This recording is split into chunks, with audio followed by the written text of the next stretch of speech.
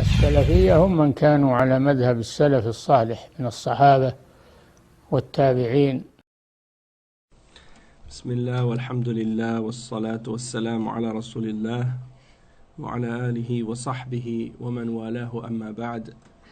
On commence maintenant le cours numéro 2 dans la série des cours du séminaire de la mosquée Al-Athar avec l'explication du livre de Cheikh Mohammed ibn Ghalib Al-Umari Hafidhahullah Ta'ala, son livre qui s'intitule Husratuna ou Hayatuna al-Usariya bayna al-Waqi' wal-Ma'moul.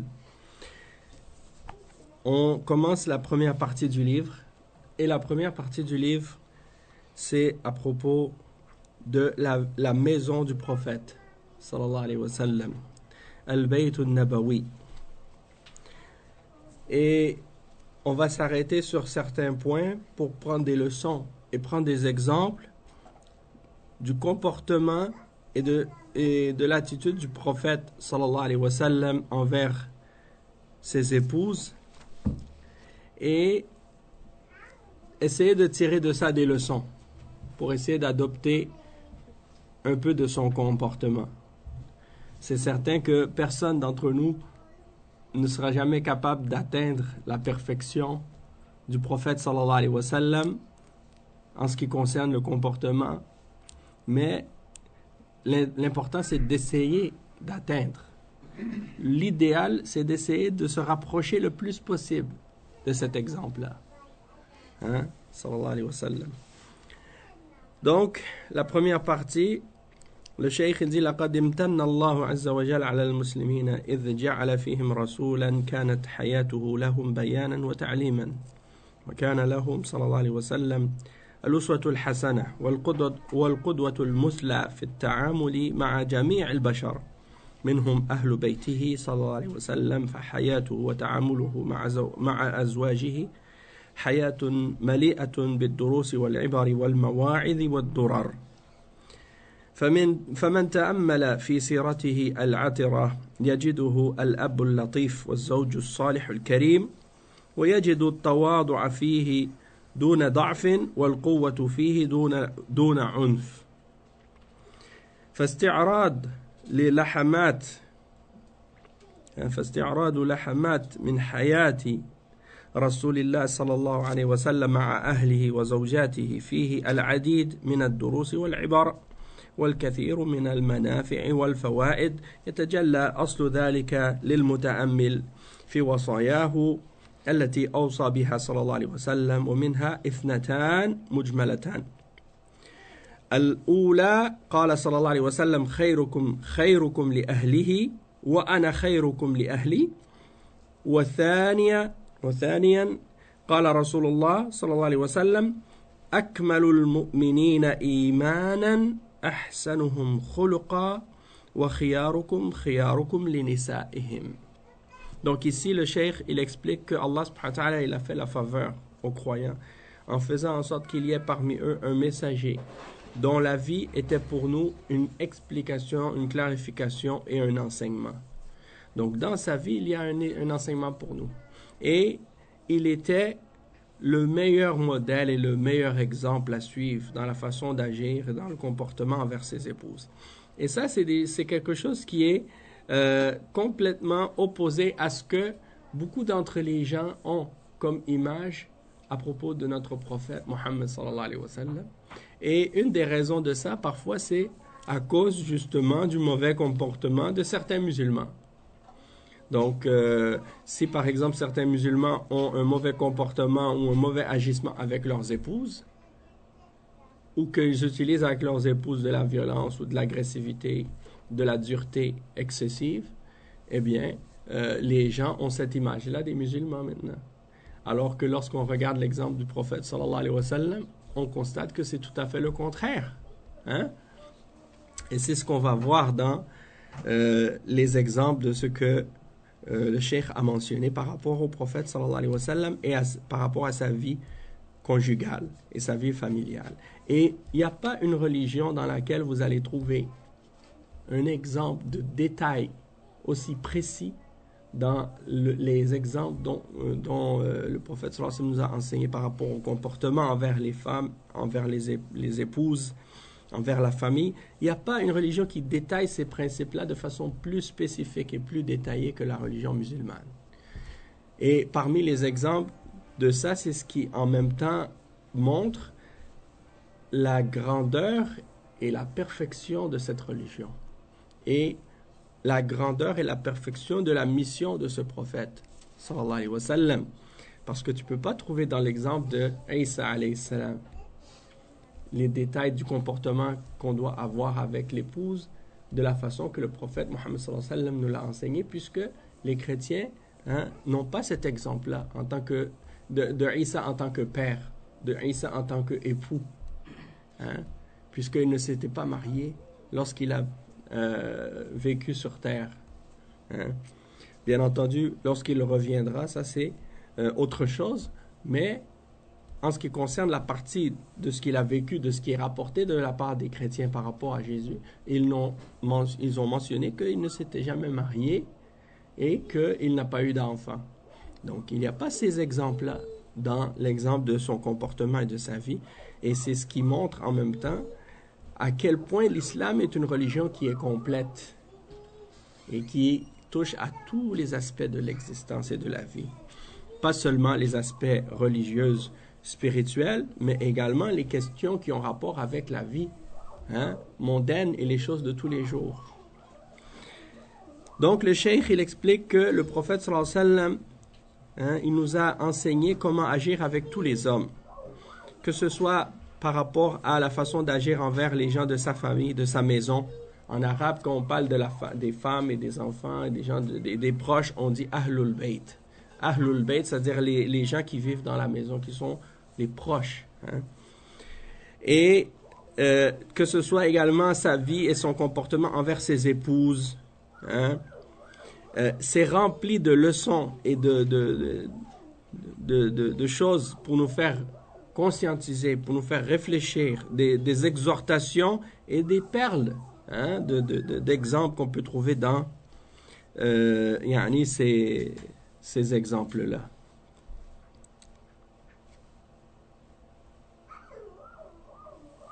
Naam. Donc, le cheikh il dit, quiconque médite et réfléchit sur l'exemple de la vie du prophète sallallahu alayhi wa sallam, il dit siratihi al-atira, c'est-à-dire sa biographie parfumée, il va trouver qu'il était le père affectueux et doux, l'époux vertueux et noble, et généreux. Wa alaykum salam wa rahmatullahi wa barakatuh. Et il va trouver en lui un exemple de quelqu'un qui était modeste, sans être faible, et qui était fort, sans être agressif. Et en présentant également certaines images de la vie du prophète sallallahu alayhi wa sallam avec ses épouses, avec sa famille, eh bien, il y aura beaucoup de leçons à tirer de ça. Et beaucoup de bienfaits, des choses bénéfiques pour nous, qui vont être très apparentes dans les deux exemples qu'on va mentionner parmi les conseils du prophète sallallahu alayhi wa sallam, et qui sont des conseils généraux. Le premier, c'est la parole du prophète sallallahu alayhi wa sallam qui est rapportée par At-Tirmidhi, un hadith de Aïcha radiyallahu anha, qui est authentifié par Cheikh Al-Albani, dans lequel le prophète sallallahu alayhi wa sallam dit: le meilleur d'entre vous, c'est le meilleur envers sa famille, et je suis le meilleur envers ma famille. Donc, déjà là, on a un exemple de modèle, d'excellence, de moralité et de comportement, puisqu'il dit le meilleur d'entre vous, c'est le meilleur envers sa famille, et je suis le meilleur envers ma famille. Et on va le voir plus tard, parmi les exemples que le cheikh il va mentionner, c'est qu'il y a beaucoup de gens qui sont bons avec les gens étrangers, avec les gens à l'extérieur. C'est-à-dire, ils sont gentils, joviales, souriants, chaleureux, amicaux, gentils, patients, compréhensif avec tout le monde qui vit à l'extérieur de leur maison. Une fois qu'ils rentrent à la maison, ils deviennent une autre personne. C'est comme si ils oublient toute la patience, la gentillesse, la douceur, la compréhension, l'attention. Tout ça, ils le laissent à l'extérieur quand ils rentrent dans la porte. Ils le laissent dehors et ils rentrent à la maison, ils changent. Il devient un monstre, un ogre. Nas'alullah al-afiyah. Alors que ça devrait être le contraire à la base. C'est-à-dire, l'idéal, ce serait qu'il soit comme ça à l'intérieur et à l'extérieur. Mais, à la limite, s'il n'est pas capable d'être comme ça tout le temps, au moins, il donne à sa famille le meilleur de lui-même. Et il montre à sa famille le meilleur possible de sa personne. Pas le pire. Et, exemple aussi de la parole du prophète sallallahu alayhi wa sallam, lorsqu'il dit, le plus complet, le plus parfait des croyants, le plus complet des croyants dans sa foi, c'est le meilleur en comportement. Et le meilleur d'entre eux, c'est celui qui est le meilleur envers ses femmes. C'est celui qui est meilleur envers ses femmes. Donc là déjà, il rajoute quelque chose dans ce hadith, et c'est le fait de mentionner qu'il y a un lien entre la foi et le comportement. Et que la foi, elle n'est pas quelque chose de fixe ou de statique. Non, la foi, elle peut augmenter, elle peut diminuer, elle peut être plus parfaite et complète, et elle peut également être déficiente ou faible. Et que quelqu'un qui dit qu'il est croyant ou que sa foi est forte, puis qu'il a un mauvais comportement, ça c'est une contradiction. Parce que si tu es un bon croyant, ton comportement doit être exemplaire. Si ton comportement n'est pas exemplaire, il y a un problème dans ta foi. Et la meilleure façon, ou le meilleur parmi les croyants, celui parmi les croyants qui a un meilleur comportement et qui a une foi meilleure, c'est celui d'entre les croyants qui est le meilleur envers sa femme, envers ses femmes, s'il a plusieurs femmes ou une seule femme. Donc là, on voit que ça place la barre assez haute pour nous. Si on veut essayer de se comparer avec le prophète sallallahu alayhi wa sallam, on a beaucoup de travail à faire pour y arriver. Mais, n'empêche que on demande à Allah de nous aider dans ça, parce que sans l'aide d'Allah, on ne sera jamais capable d'atteindre quoi que ce soit. Le cheikh il dit فهذه الخيرية التي أخبر بها النبي صلى الله عليه وسلم والوصية بحسن التعامل وحسن الأخلاق لا تتعلق بجانب دون آخر بل هي شاملة عامة وهو صلى الله عليه وسلم خير لأهله في جميع الجوانب في حياتهم وعباداتهم وطعامهم وشرابهم وفي رفقه بهم وفي تأديبه لهم صلى الله عليه وسلم وفي رضاه وفي فرحه وحزنه فهو خير لهم في دينهم ودنياهم. Donc il dit que cette excellence et cette façon d'être meilleur que le prophète sallallahu alayhi wa sallam nous a enseigné, nous a mentionné dans ce hadith lorsqu'il dit qu'il est le meilleur envers sa famille, sallallahu alayhi wa sallam, c'est c'est comme s'il nous enjoint d'être quelqu'un qui a le meilleur comportement et la meilleure façon d'interagir avec les autres, mais ça se rattache pas seulement à un aspect parmi les aspects du comportement. C'est quelque chose qui est général, qui est complet. C'est-à-dire que lorsqu'on dit qu'il était meilleur envers sa famille, c'est pas seulement meilleur dans un comportement ou dans une chose parmi les comportements de l'homme envers sa femme, non. C'est dans tous les points de vue, dans tous les aspects. Sur le plan affectif, sur le plan économique, sur le plan tous les aspects qu'un homme a à vivre avec sa famille. Dans leur vie, dans l'adoration, dans la croyance, dans la religion, dans la nourriture, dans le fait de qu'est-ce qu'il donne comme boire ou manger à sa famille, le fait d'être un bon compagnon, lorsqu'il est présent avec eux, d'être quelqu'un de plaisant, comment je pourrais dire, de se réjouir avec notre famille, d'être heureux avec eux, de s'amuser avec notre famille, de plaisanter aussi, de rire avec notre famille. Ça aussi, ça fait partie des exemples du prophète, sallallahu alayhi wa sallam. Également, quand c'est le temps de faire preuve par exemple, de discipline, hein, de discipliner, d'éduquer, de punir lorsque c'est nécessaire. Il y a une manière de le faire, hein, de le faire avec miséricorde et avec patience, hein, et avec bonté aussi. Même dans la discipline, il doit y avoir de la patience et de la bonté, de la miséricorde. Dans également sa douceur, dans son agrément, dans sa tristesse, dans sa réjouissance.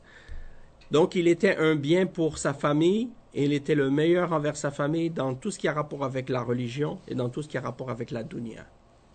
Il dit ومن هنا يظهر ضعف هذا الجانب عند الكثير من الناس ممن يكون آخر اهتماماتهم أهل بيته ولا شك أن قوله صلى الله عليه وسلم خيركم خيركم لأهله بيانه أن كل خير يبذله الإنسان فأحق الناس به أهل بيته وأزواجه وأبنائه كما أنه من المؤسف ملاحظة أن أكثر من يستفيد من كثير من الأزواج هم المحيطون به من زملائه وأصحابه وجيرانه وأصدقائه بينما هو أبعد الناس في ذلك من أن يحسن إلى أهل بيته عموما وزوجته خصوصا والتي اهتم النبي صلى الله عليه وسلم ببيان علاقته بها وترسيخ مبدأ الصبر بينهما وضرورة تحمل بعضهما للبعض والنظر في المحاسن والصفات الجميلة والغض عما يمكن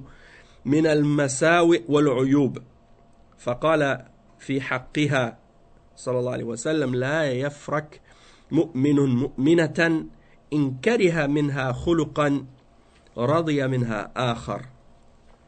Donc il dit, le cheikh, qu'ici il y a quelque chose justement qui montre la faiblesse de certains de ces aspects chez plusieurs d'entre les hommes de façon générale.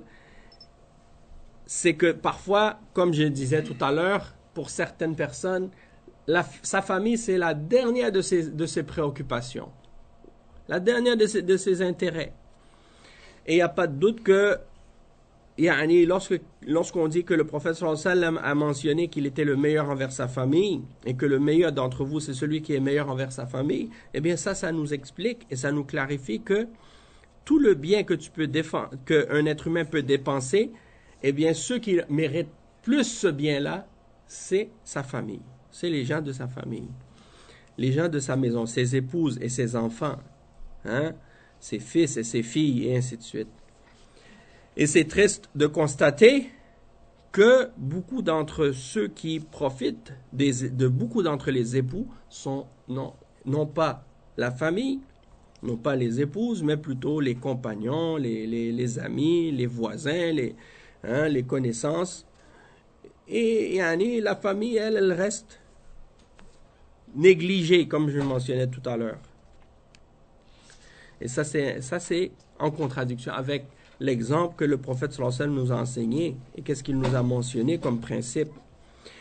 Et il dit, le cheikh, que le prophète sallallahu alayhi wa sallam, il a donné de l'importance à clarifier la relation qu'on doit avoir envers la famille, envers la femme, et que tout ça c'est ancré dans le principe de la patience entre les époux, d'être endurant l'un envers l'autre, d'essayer de supporter, hein, la nécessité de supporter, qu'on se supporte l'un l'autre, hein, parce que des fois les époux ils peuvent parfois perdre patience, hein.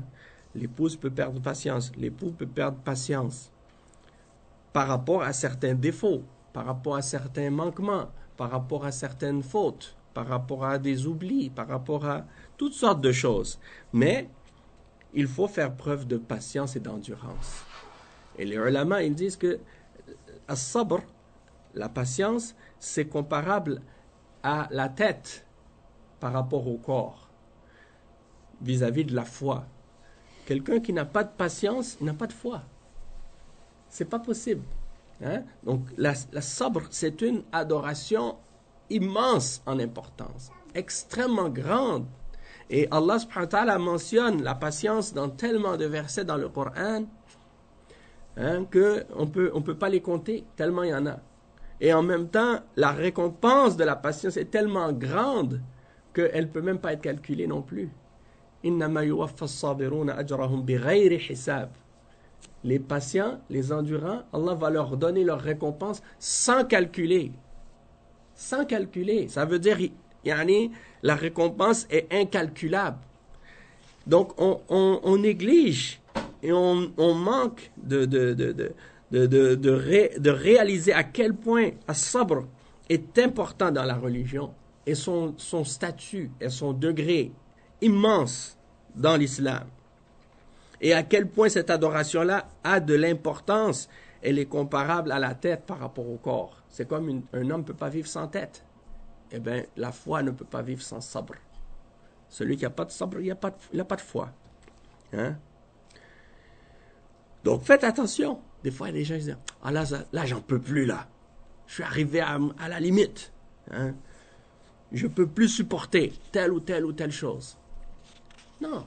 Le croyant ne doit jamais arriver à ce point-là pour dire « j'en peux plus ». Non. Tu peux encore. Fais preuve de sabr. Hein? À chaque fois qu'il y a une épreuve, une difficulté, un problème, sabr. Hein? Rappelle-toi de la récompense promise aux endurants. Et aussi apprendre à regarder les bons côtés et les belles choses de l'autre. Parce que souvent, on est ingrat. On est ingrat en nous-mêmes. Et même que Allah subhanahu wa ta'ala, il dit à propos de l'être humain que dans sa nature, il est ingrat. Hein? Inna l'insana kafour. Inna l'insana la kafour. Hein? Inna l'insana kafour. Kafour, ça veut dire quelqu'un qui renie les grâces d'Allah ou qui est ingrat envers les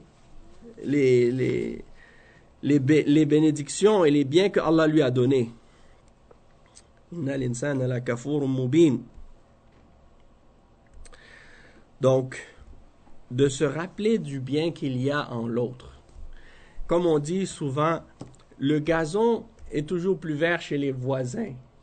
On voit toujours que qu'est-ce qu'il y a chez les autres, c'est mieux que qu'est-ce qu'on a chez nous. Hein? Et qu'est-ce qui est à l'extérieur, il semble toujours mieux.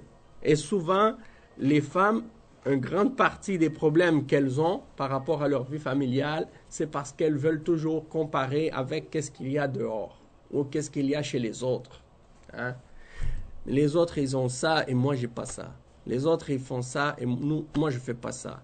Les autres, ils peuvent avoir ça, moi, je l'ai pas. Hein? Toujours ce genre de comparaison et d'attitude. Et ça, qu'est-ce que ça crée? Ça crée de l'ingratitude. Ça crée de l'ingratitude parce que lorsque tu penses de cette manière-là, tu cesses d'être reconnaissant envers les grâces que Allah t'a données. Hein? Et en même temps, qu'est-ce que ça fait? Ça fait en sorte que tu vas être constamment insatisfait.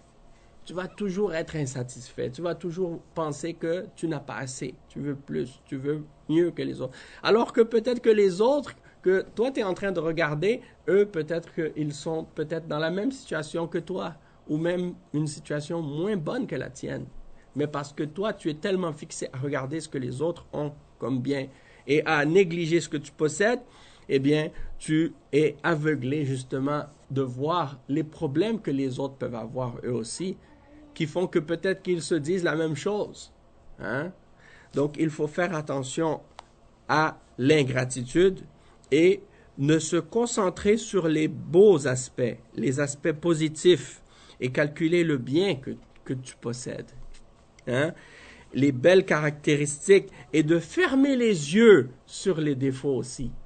De ne pas regarder que les défauts et les problèmes. Ou de ne pas regarder les manques ou les mauvais comportements. C'est sûr que, par exemple, quelqu'un, parfois, il va avoir un mauvais comportement. Il dit une mauvaise parole ou une parole incorrecte.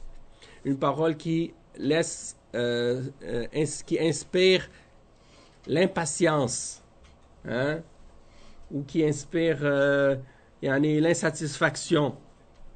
Et des paroles qui peuvent parfois être méprisantes, ou bien qui peuvent parfois être blessantes, hein, et de se focaliser sur cette parole et d'essayer de la disséquer en 10 000 morceaux, hein, pour essayer de l'analyser et de voir à quel point elle est blessante en se concentrant dessus pendant une demi-heure pour dire, regarde, la personne, elle a prononcé ce mot, elle a dit ça, elle a dit comme ça, de cette façon, et de fixer sur cette erreur verbale. Ça arrive, mais il faut apprendre à fermer les yeux et à passer par-dessus. Que ce soit une parole de la part de la femme envers son mari ou du mari envers sa femme. Hein? Une femme, par exemple, si elle s'énerve sur son mari, elle lève la voix sur son mari. Le mari dit, tu oses me parler de cette façon, tu oses élever ta voix sur moi, tu oses dire ça. Jamais, je ne vais jamais tolérer ça. Je suis un homme, j'ai mon honneur, j'ai ma fierté. Hein? Je te divorce. A'oudou billah. Pour une parole, tu te mets dans cet état, ou pour un dépassement de la part d'une femme, pour une raison, peut-être qu'elle a dit cette parole en colère, ou bien pour te mettre en colère. Et toi, tu te mets en colère, effectivement, tu écoutes, tu obéis au shaitan et tu vas jusqu'à ce bout-là. Ça, c'est pas correct. Et le prophète, sallallahu alayhi wa sallam, il dit, comme c'est rapporté par l'imam Muslim, selon Abi Huraira, radiyallahu anhu, il dit qu'un croyant ne déteste pas une croyante. Ça veut dire que, déjà là, en partant, te rappeler que ta femme, c'est une croyante. Des fois, on oublie ça. Hein? On oublie ça parce que, une fois qu'on a l'habitude de vivre dans la maison, la vie commune, la vie familiale, et qu'on apprend à se connaître, à connaître nos défauts, à connaître nos imperfections, à connaître nos manquements, et à, en réalité, baisser le voile sur la réalité de qui nous sommes, devant cet individu qui est une croyante. Mais on oublie ça. On oublie que notre mari, c'est un croyant, et que notre épouse est une croyante, qu'on est musulman et qu'elle est musulmane, on est des frères et sœurs en islam avant d'être des époux et des épouses.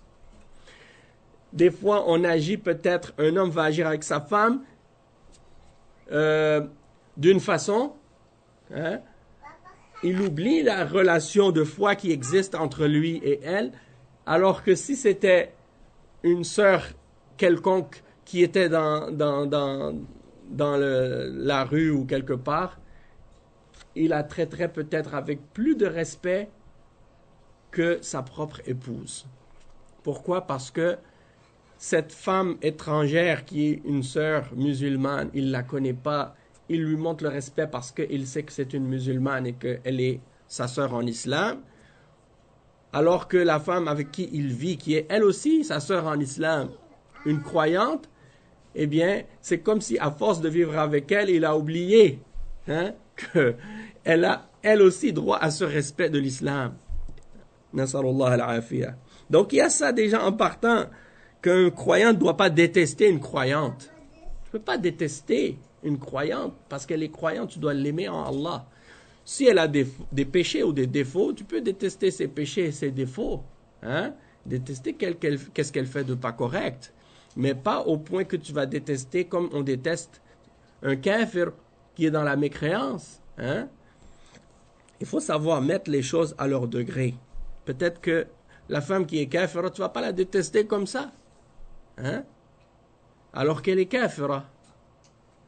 Donc il faut mettre les choses dans al-wala wal-bara et bien analyser la situation. Et le prophète sallallahu alayhi wa sallam, il dit, s'il y a quelque chose que tu n'aimes pas de son comportement, il y a quelque chose d'autre que tu vas aimer.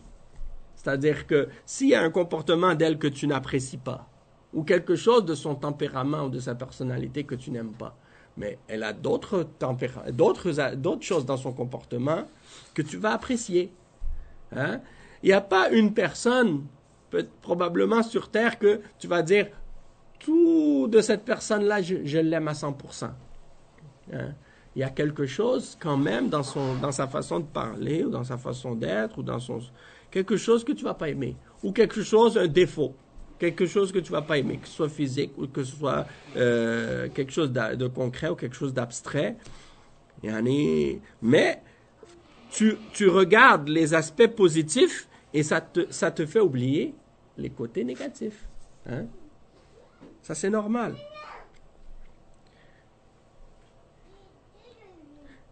Ça, l'être humain, il est créé comme ça. Subhanallah. Si quelqu'un, par exemple, il dit, moi, je veux avoir la femme la plus belle au monde, hein? La plus belle femme qui existe sur Terre. Je ne veux pas épouser une femme qui est moins que ça. Hein? Miss Univers. Mais même s'il marie Miss Univers, après 5 ans de mariage, hein, et qu'il vit avec elle tous les jours, il va peut-être dire, maintenant j'ai Miss Univers, mais je voudrais avoir une autre Miss Univers. Hein? Pourquoi? Parce que l'être humain, il n'est jamais satisfait. Le prophète sallallahu alayhi wa sallam, il a dit, si un être humain, un fils d'Adam, tu lui donnes une montagne d'or, il va en vouloir une deuxième. Et il n'y a rien qui va assouvir cette faim qu'il a en son estomac, dans son ventre, excepté la terre qui est dans sa tombe. C'est ça seulement qui va l'assouvir. Hein? Sauf le croyant, hein, qui a compris la réalité de cette existence et qui a appris à se satisfaire de ce qu'il possède et de ce que Allah lui a donné. Et qui a al-qana'a, il est content, il est contenté de ce qu'il possède. Alors celui-là, il est le plus riche des hommes. C'est pour ça que le prophète sallallahu alayhi wa sallam dit al-ghina ghina an-nafs. La richesse, c'est la richesse de l'âme. La richesse, c'est la richesse de la foi, en réalité. Parce que sinon, quelqu'un qui a 1 milliard de dollars, mais qui en veut toujours plus, il est toujours pauvre. Hein? Tandis que celui qui a, il a 1000 dollars dans ses poches, mais qui est satisfait de ce qu'il possède, il est le plus riche des hommes. Hein? Et c'est la même chose avec, qu'est-ce qui a rapport avec le fait d'apprécier ce qu'il possède et d'être heureux avec l'épouse qu'il a. Et de ne pas toujours penser. Je connais des frères, ça fait peut-être plus que 10 ans, et même plus que ça, qu'ils cherchent à se marier. Et à chaque fois qu'on leur présente une sœur, elle n'est jamais assez satisfaisante. Ils veulent la reine de la beauté de tout l'univers. Et à chaque fois, non, elle ne me plaît pas, elle ne me plaît pas, elle ne me plaît pas. Elle dit, subhanallah, ya akhi, ça fait comme plus que 10 ans maintenant que tu es célibataire, tu te plains de cette situation-là, et à chaque fois qu'on te présente quelqu'un que tu n'es pas satisfait, il y a un problème. Arrivé à ce point-là, peut-être même qu'il y a un autre problème derrière. Peut-être même qu'il y a une maladie même derrière. Ça devient peut-être même psychologique à ce niveau-là. Hein? Parce que la beauté extérieure, c'est une chose. Mais qu'est-ce qui est encore plus important? C'est la beauté intérieure. Et c'est ça ce qui donne à la personne sa vraie beauté et sa vraie valeur. Hein? Et lorsque quelqu'un n'a pas vécu avec une femme qui a un bon comportement, il ne va jamais comprendre ça. Peut-être qu'une femme, elle est belle en apparence, mais lorsqu'elle ouvre sa bouche et lorsqu'elle agit avec les autres, c'est le contraire de la beauté. Hein? Donc, il faut comprendre la noblesse de comportement, la noblesse de caractère. Ça, c'est beaucoup plus important que la beauté extérieure, qui est en réalité extrêmement éphémère. Hein? Et qui fane aussi vite que la fleur, lorsqu'elle se fane. Beaucoup de frères, ils doivent réfléchir à ça, et les sœurs aussi doivent réfléchir à ça. Hein, quand elle veut se choisir son mari, là, si elle n'est pas mariée, elle dit, moi je veux mon homme, mon mari, je veux qu'il soit musclé, je veux qu'il soit sportif, je veux que ce soit un athlète, et je veux qu'il soit comme le visage des acteurs dans les films d'action, là. Alors que peut-être que un homme n'est pas à cette description-là, mais ça n'empêche pas que c'est quelqu'un de bien. Hein? Et quelqu'un qui va s'occuper d'elle correctement. Et c'est ça le plus important. Le Cheikh, il cite ensuite un autre hadith. Il dit وَكَمَا أَنَّهُ صلى الله عليه وسلم قال موصيا النساء في حق الرجال رأيتكن أكثر أهل النار وذلك أنكن تكفرن قالوا نكفر بالله قال لا تكفرن العشير إذا أحسن إليها الدهر كله تقول والله ما رأيت منك خيرا قط. Et donc ça c'est un hadith rapporté par Al-Bukhari et d'autres également selon Abu Sa'id al-Khudri radiyallahu anhu.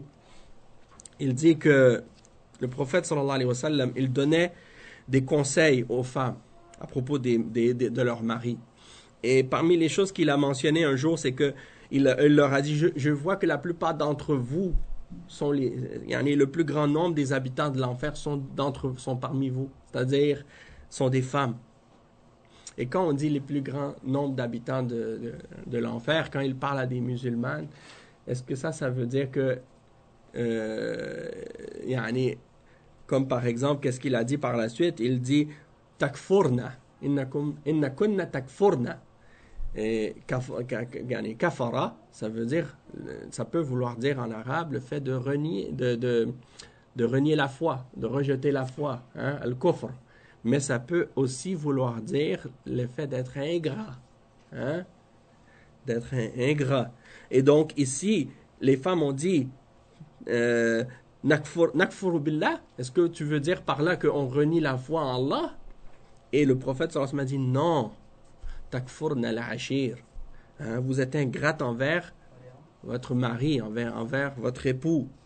Parce que il a été bon avec vous pendant toute sa vie, puis à un moment donné, lorsque l'une d'entre vous n'est pas satisfaite, elle dit, je jure par Allah, je n'ai jamais rien vu de bien de ta part. Hein? Donc ça, c'est l'ingratitude. Parce que une fois tu n'es pas satisfaite, une fois tu n'es pas contente, tu renies tout le bien de ce que cet homme-là a fait pour toi et tu dis, je n'ai jamais rien vu de toi, hein, de bien. Donc ça, c'est une forme d'ingratitude. Et donc, c'est pour ça que je disais que quand il dit que ce sont le plus grand nombre des habitants de l'enfer, ça ne veut pas dire qu'elles sont mécréantes, nécessairement. Puisqu'on sait que les femmes musulmanes qui rentrent, il y en a des femmes musulmanes qui commettent des péchés, c'est la position d'Ahl Sunnati wal Jama'a par rapport aux musulmans qui commettent des péchés. Et on sait que les musulmans qui commettent des péchés ou qui meurent sur un péché sans s'en repentir avant leur mort, ils sont sous la volonté d'Allah. C'est-à-dire qu'on ne va pas dire que, comme les Khawarij, qu'ils sont des kuffars et qu'ils sortent de l'islam. Et qu'ils vont être en enfer pour l'éternité. Non, on dit, celui qui meurt et qui s'était repenti des péchés qu'il avait fait avant sa mort, il rentre au paradis directement. Mais s'il meurt sans s'être repenti de ses péchés, eh bien, Allah va décider ce qu'il voudra faire avec lui au jour de la résurrection. Soit il va lui pardonner ses péchés et le faire rentrer directement au paradis, ou soit il va le punir pendant un certain temps en enfer. Et éventuellement, il sortira de l'enfer pour rentrer au paradis parce qu'il n'a pas commis le shirk et il est mort sur le tawhid, mais il avait des grands péchés qui nécessitent qu'il soit purifié de ces péchés-là. Donc Allah va décider combien de temps cette personne va rester en enfer et une fois qu'elle sera suffisamment punie, elle pourra sortir de l'enfer et demeurer par la suite éternellement au paradis. Mais ça ici, c'est un exemple que le prophète sallallahu alayhi wa sallam nous mentionne par rapport à ça, puisque c'est quelque chose qui est courant chez les femmes d'avoir cette attitude-là. Et j'ai parlé tout à l'heure de l'exemple de l'ingratitude. Ça, c'est pas seulement les femmes qui parfois sont ingrates, mais il y a aussi des hommes qui ont cette caractéristique-là parfois. Hein? Et si on regarde, si on fait un parallèle entre, par exemple, aussi l'attitude de certains musulmans envers leurs dirigeants et qui sont ingrats envers les dirigeants qui les dirigent parce qu'ils ne voient que le mal chez leurs dirigeants et même si le dirigeant il a fait plein de bonnes choses, eux, ils ne verront que les défauts de ce dirigeant-là et que ses péchés. Et ils vont dire, tu n'as jamais rien fait de bon pour nous. C'est la même chose. Hein? Même que c'est pire.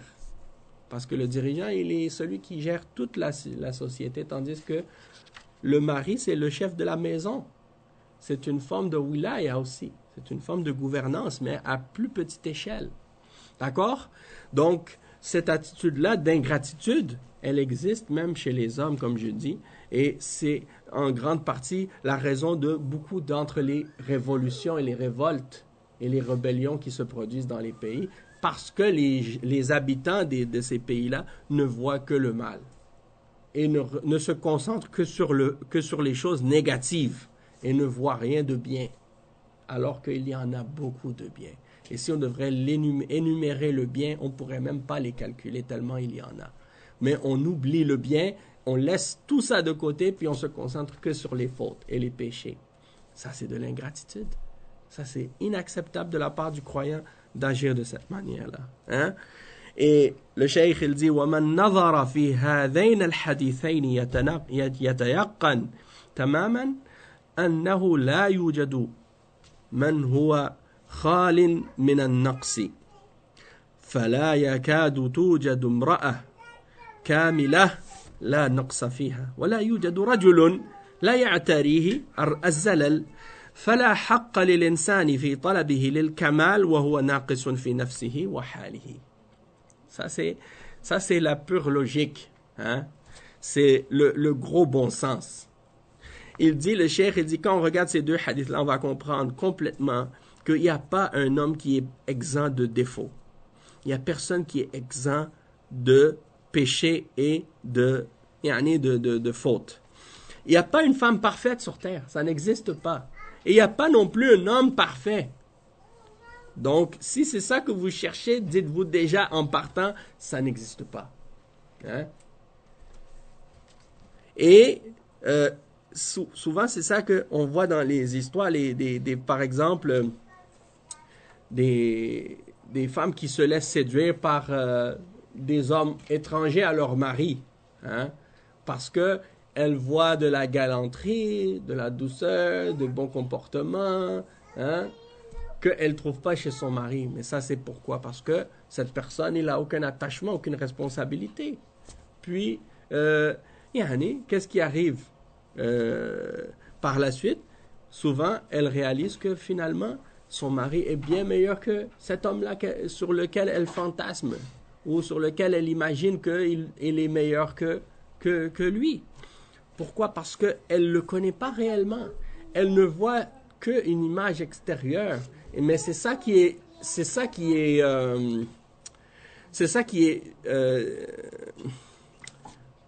disons, propagé, ou c'est ça qui est le terme exact, c'est ça qui est montré dans les images qu'ils nous montrent dans les films, dans les séries.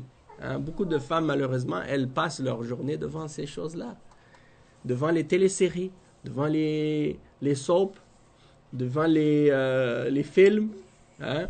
Où on montre que ces choses-là. Et si quelqu'un il serait intelligent, déjà en partant, de voir les erreurs des autres pour utiliser ça comme une leçon, pour éviter justement de tomber dans ces problèmes-là, ou bien de comprendre, mais de regarder ces gens-là qui commettent des péchés à la télé et qui désobéissent à Allah, hein, et qui font ces genres de séries et d'émissions et de films, hein, qui sont à la base haram, interdites. Mais malheureusement, ces choses-là sont diffusées dans les pays musulmans même. Hein? Ils prennent des séries qu'ils font par exemple au Brésil ou je ne sais pas dans quel autre pays, et ils les doublent et ils passent ça dans les pays musulmans. Et les femmes musulmanes, elles sont elle raffole de ça. Illa man rahim Allah. Hein? Et elle regarde ces choses-là. Eh bien, c'est toujours comme ça. Le shaitan, comment il trompe les gens pour essayer de les faire dévier. Donc, qu'est-ce qui arrive? La femme, elle regarde que les défauts de son mari. Le mari regarde que les défauts de sa femme. Elle voit que les qualités des étrangers et que le bien des autres. Donc, elle pense qu'elle est la personne la plus malheureuse au monde. Hein? Et que les autres femmes sont les plus heureuses au monde. Alors que c'est tout à fait faux. Il n'y a aucun homme qui est parfait, il n'y a aucune femme qui est parfaite. Et il y a des hommes qui exigent de leur femme la perfection, alors qu'eux-mêmes ne sont pas parfaits. Et il y a des femmes qui exigent de leur mari la perfection, alors qu'elles-mêmes ne sont pas parfaites. Comment tu peux espérer de l'autre la perfection, alors que tu ne l'as pas toi-même? Ça, c'est de l'injustice. Hein? Donc, il faut apprendre à être compréhensif et à fermer les yeux sur certains défauts. Par exemple, il y a des limites. C'est pas je vais fermer les yeux sur tout, parce que là, à ce moment-là, il n'y aura plus de respect, il n'y aura plus de limites. Non. Mais il y a certaines erreurs ou certaines choses qui se passent. Il faut savoir quand fermer les yeux. Il faut savoir quand passer par-dessus. Il faut savoir quand être indifférent à certaines choses. Qu'est-ce que les ulama appellent en arabe at-taraful. Hein? Tu fais semblant que tu n'as pas vu. Ou tu fais semblant que tu n'as pas entendu. Pour la sagesse. Par sagesse, en fait. Pas par indifférence réelle, mais juste pour éviter que le fait de trop te concentrer sur chaque petit détail, la situation devienne s'envenime et devienne trop difficile par la suite à gérer ou à contrôler. Donc, tu fermes les yeux, tu fais semblant que tu n'entends pas ou que tu ne vois pas et tu laisses passer, hein, comme on dit. Et en agissant ainsi, tu évites justement de rentrer dans le piège. Des fois, le shaitan, c'est comme ça qu'il travaille. Il te jette, il te lance l'hameçon. Il te lance l'hameçon. Tant que tu n'as pas mordu l'hameçon, hein, il y a un appât dessus. Tant que tu n'as pas mordu cet hameçon-là, tu n'es pas pris. Tu peux toujours t'en aller, t'éloigner comme tu veux. Mais une fois que tu as mordu à l'hameçon, ça y est, khalas. L'hameçon, une fois qu'elle est rentrée, elle ne peut plus s'arracher, elle ne peut plus s'enlever, sauf si tu l'arraches. Hein? Ça fait mal. Donc, il faut savoir résister à la tentation de mordre à l'appât. Et des fois, peut-être ta femme, elle te dit une parole, ça c'est un hameçon en réalité. Toi, si tu te laisses attraper et que tu mords, ça y est, hein? T'es fini là. Donc, apprends à te contrôler, apprends à garder ta langue. Tu n'es pas obligé de répondre à chaque fois. Tu n'es pas obligé de t'énerver à chaque fois. Tu n'es pas obligé de monter sur ton grand cheval à chaque fois. Hein? Des fois, tu peux juste prendre ça cool, relaxer et essayer de calmer la situation. Au lieu de, à chaque fois, tu montes sur ton grand cheval, à grand galop. Hein? Tu penses que tu vas tout régler par l'agressivité et la nervosité. C'est pas la façon. Et il dit فإذا تأمل الزوج والزوجة جوانب الخيرية في الآخر وغض الطرف عن كثير من المساوئ صارت سفينة الأسرة المسلمة بسلام ولتعطلت كثير من أقسام المحاكم المتخصصة المشحونة بهذه القضايا ولقل المراجعون لها.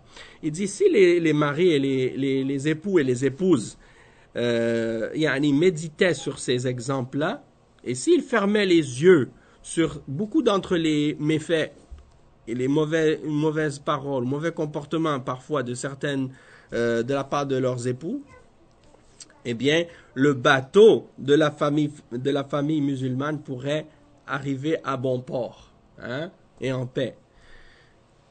Et parce que dans les pays musulmans, il y a des tribunaux parfois pour régler les problèmes conjugaux. Hein. des endroits où les époux peuvent aller pour discuter de leurs problèmes et de leurs conflits. Ça, c'est quelque chose qui n'existe pas nécessairement ici dans les pays non musulmans. Et en général, des fois, les époux vont aller voir un imam ou vont aller voir un conseiller musulman qui va essayer d'arbitrer entre eux, puis d'essayer de régler les conflits. Donc ça, c'est vrai que ça existe. Mais si les époux apprenaient à prendre des exemples et des leçons de qu'est-ce que le prophète sallallahu alayhi wa sallam nous a enseigné, eh bien, ça éviterait à ces gens-là d'aller justement encombrer les tribunaux pour gérer les conflits, et ils n'auraient plus besoin d'avoir même recours à ces tribunaux-là. Ils seraient capables de s'auto-gérer, de régler eux-mêmes leurs conflits de façon pacifiste, de façon correcte. Mais ça demande une chose aussi qui est très importante, c'est d'avoir de la justice, d'être juste. Et on voit que toutes les règles de la religion musulmane, lorsque on gère les choses l'un avec l'autre, on peut arriver à s'entendre lorsqu'on est juste avec l'autre. Et lorsqu'on agit avec l'autre selon les principes de la religion d'Allah et qu'on est prêt à s'arrêter à la limite d'Allah. Mais lorsqu'il y a de l'injustice de la part de l'un des deux époux, ou des deux en même temps, et que chacun s'entête à vouloir transgresser les limites d'Allah, eh bien là, ça devient vraiment difficile. Chacun, il tire de son côté, et il n'y en a pas un qui veut broncher ou qui veut lâcher par rapport à l'autre. Et chacun s'entête à vouloir rester dans son injustice ou dans son incompréhension. Et il n'y en a pas un qui veut faire de compromis à l'autre. Alors là, ça devient très, très difficile à régler. Mais as-sulh, l'entente et la réconciliation, elle ne peut se produire que si l'un des deux parties accepte un compromis et accepte de pardonner à l'autre. Parce que s'il n'y a pas ça, il n'y aura jamais d'entente. Il n'y aura jamais de réconciliation. Et donc, il dit وفيما يأتي سطرت بعضا من وقفات التأمل في حياة النبي صلى الله عليه وسلم التي فيها نوع مقارنة بين واقعه وبين واقعنا ولعل في ذلك توجيها للأخطاء التي نقع فيها وإرشادا للخطوات الواجبة اتباعها. Donc il dit dans les lignes que j'ai écrites, il y a des points sur lesquels on va s'arrêter pour méditer sur la vie du prophète sallallahu alayhi wa sallam.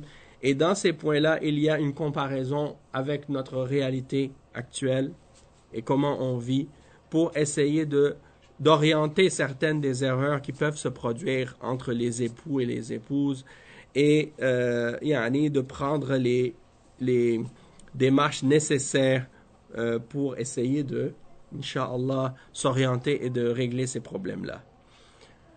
Il reste combien de temps là? 10 minutes. Khair. Bon. Al-waqfatul ula, le premier point. Fi i'anatihi li ahlihi. C'est-à-dire que le prophète sallallahu alayhi wa sallam, il aidait sa famille dans les tâches ménagères. Ça, c'est une chose que beaucoup d'entre les hommes ne savent pas, ou que beaucoup d'entre les hommes ne connaissent pas. Pour différentes raisons. Des fois, c'est par rapport à des raisons culturelles, traditionnelles, ou des choses de ce genre. Peut-être parce que certains hommes voient que le fait que l'homme va s'occuper de certaines tâches ménagères, que c'est quelque chose qui le rabaisse, ou qui le dénigre, ou qui est...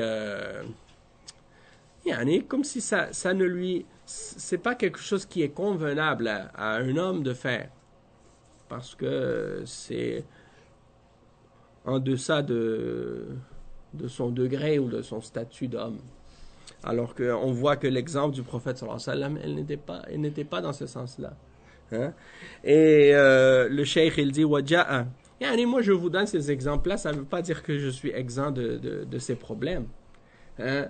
Je n'essaie pas de m'excuser ou de m'extraire de la réalité. Je suis concerné par ces choses-là de la même manière que vous l'êtes vous aussi. Hein? Parce que je suis un être humain. D'accord? Mais on essaie tous d'atteindre l'idéal. C'est vrai que ces défauts qui sont présents chez certains hommes peuvent être même présents chez moi. Mais moi, je vous donne seulement l'exemple et c'est un rappel pour moi en premier. Hein? Qui se tient devant vous, j'essaie moi-même de corriger mes erreurs et mes défauts, si je les possède, si j'ai ces défauts ou ces erreurs-là. Pourquoi? Donc c'est un rappel pour nous tous et pour moi en premier. Et j'ai toujours considéré, lorsque je fais un sujet de ce genre ou lorsque je parle d'un sujet de ce genre, j'ai toujours considéré ça comme une leçon pour moi-même, avant même que ce soit pour les frères et pour les sœurs. Hein? Parce qu'on a tous à essayer d'aspirer à être comme celui qui nous a enseigné cette religion, c'est-à-dire le prophète d'Allah, Muhammad sallallahu alayhi wa sallam. Donc il dit, le cheikh, il dit, جاء عند البخاري رحمه الله من حديث الأسود رحمه الله أنه قال سئلت عائشة رضي الله عنها ما كان النبي صلى الله عليه وسلم يصنع في بيته قالت كان يكون في مهنة أهله أي في خدمته فإذا حضرت الصلاة خرج إلى الصلاة وفي رواية كان في مهنة أهله يحلب شاته ويخصف نعله وهذا ما كان عليه صلى الله عليه وسلم مع بساطة الأعمال آنذاك وعدم الانشغال وعدم انشغال الناس بكثرة الكماليات والتوسع في الرفاهيات. Donc ici, le cheikh, il explique que il est rapporté selon Al-Bukhari, par Al-Bukhari selon Al-Aswad. On a posé la question à Aïcha radiyallahu anha, parce que les Sahaba, ils voyaient le messager d'Allah sallallahu alayhi wa sallam à l'extérieur. Quand il était dans la ville, quand il était à la mosquée, quand il était dans des expéditions militaires et autres, quand il était sur le terrain, il le voyait, comment il agissait, il savait son comportement. Mais il ne pouvait pas s'introduire dans le foyer du messager d'Allah pour savoir comment il était à l'intérieur. Ça, c'est uniquement les gens de la maison qui pouvaient connaître ces détails-là. C'est pour ça que les Sahaba, radiyallahu anhum, ils allaient voir les femmes du prophète pour demander comment agissait le prophète à l'intérieur, comment il était avec sa famille, comment il était dans la maison. Et ils voulaient par cela avoir de la guidance, de l'orientation, à savoir comment ils doivent être eux aussi. Alors, Aïcha radiyallahu anha, elle a répondu à cette question, il a dit « Kana yakunu fi mihnati ahlihi » c'est-à-dire il aidait sa famille dans les tâches de la maison. Il aidait et il servait à l'intérieur de la maison, et lorsque venait l'heure de la salat, il sortait pour la salat. Et comme c'est mentionné dans la narration du hadith, quand il entendait l'adhan ou quand venait l'heure de la salat, il sortait comme s'il connaissait personne. Il était en train de faire ses tâches, il interagissait, puis une fois que venait l'heure de la salat, il sortait direct pour aller à la prière.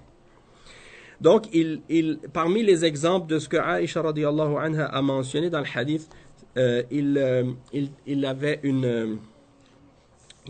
un mouton ou une brebis, il la trayait pour prendre le lait, il arrangeait ses sandales, il faisait des tâches à la maison pour aider la famille et pour arranger ses affaires. Donc, c'était la vie simple à cette époque-là, c'était pas comme aujourd'hui, bien entendu. Les gens aujourd'hui, ils ont plein de, comme on dit, de distractions, de divertissements qu'ils font à la maison, toutes sortes de choses, d'occupations qu'ils ont aujourd'hui. Et la vie aujourd'hui est un petit peu remplie de distractions, alors qu'à l'époque, les gens peut-être faisaient des choses plus simples, plus simples et moins compliqué. Il dit وَلِنَتَأَمَّلْ فِي قَوْلِ عَائِشَةَ رَضِيَ اللَّهُ عَنْهَا كَانَ فِي مِهْنَةِ أَهْلِهِ وَالَّتِي تَسْقُطُ مَعَهَا الْكَثِيرُ مِنَ الدَّعَاوَى الباطلة والشخصيات الزائفة التي تظن أن قوامة الرجل في غضبه الدائم وتسلطه المستمر، كما أنها دليل على مدى تواضعه صلى الله عليه وسلم، وهو رسول هذه الأمة يحمل على عاتقه مهمة تأدية رسالة الإسلام والدعوة إلى الله عز وجل ونشر الدين وخوض المعارك والغزوات. ومع ذلك ومع هذا كله كان من هديه صلى الله عليه وسلم القيام بهذه الأمور في منزله دون تسلط أو غضب، وبعدنا نحن عن سعادتنا في بيوتنا هو بقدر بعدنا عن سنته صلى الله عليه وسلم وعن سيرته مع أهله صلى الله عليه وسلم. Donc il dit, si on observe l'exemple de la parole de Aïcha radiallahu anha quand elle dit que le prophète sallallahu alayhi wa sallam était il aidait dans les tâches ménagères avec sa famille et tout, ça fait tomber beaucoup de prétentions fausses de la part de certaines personnes qui adoptent des personnalités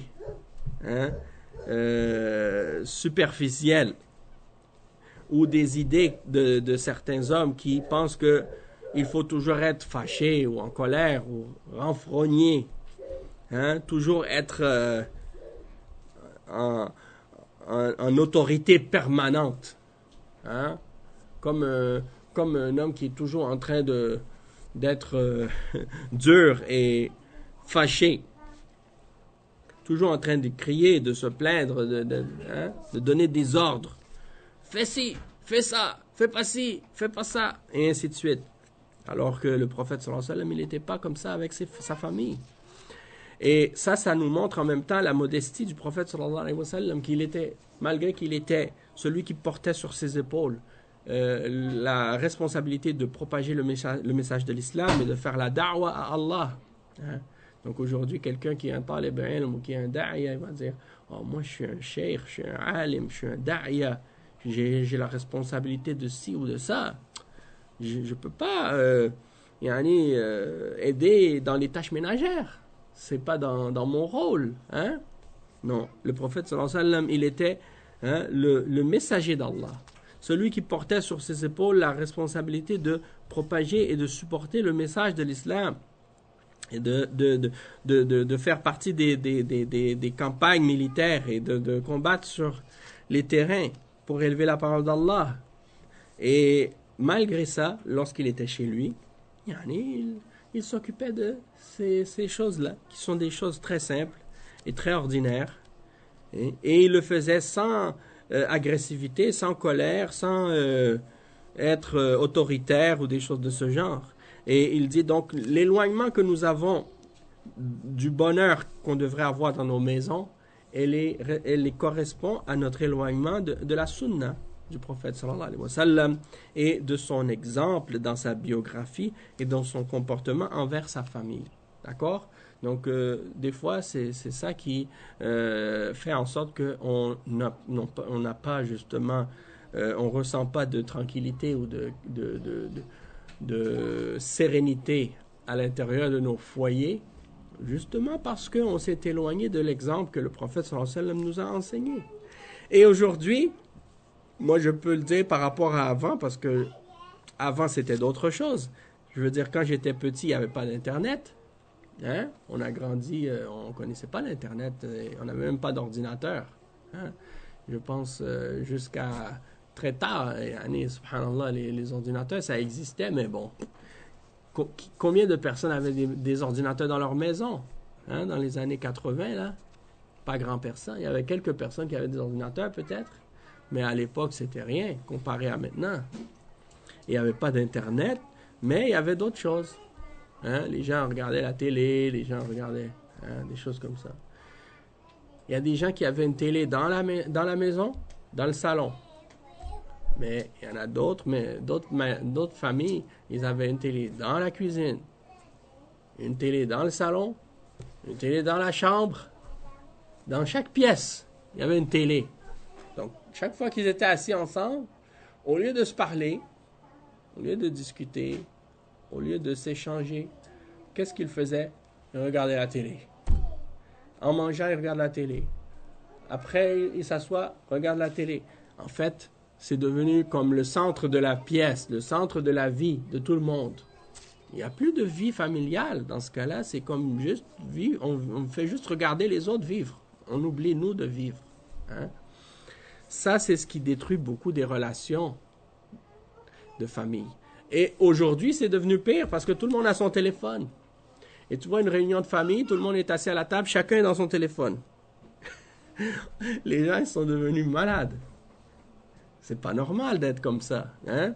Tu vois des gens, par exemple, même des fois, c'est pas la famille, c'est des amis. On est tous réunis ensemble, quelque part, et au lieu de se parler, on est tous en train de... Hein, dans notre téléphone, comme ça. Donc, peut-être la personne qui est à côté de toi, tu lui envoies un texte, au lieu de lui parler. Hein? Mais c'est devenu comme ça. Mais l'époque, on vit dans une époque étrange. On vit dans une époque étrange. Et quand il y a une panne d'électricité, on réalise tout de suite. Quand il y a une panne d'électricité, on réalise tout de suite à quel point on est attaché à ces choses-là. Et comment on est devenu même accro et attaché à ces choses-là à un point où c'est devenu...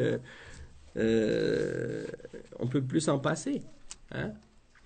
Donc, on va s'arrêter là, maintenant, pour la première partie, Inch'Allah, le cours numéro 2. Et on continuera la suite, Inch'Allah, après le cours. Le cours suivant, c'est à 16h, après l'Asr, Inch'Allah.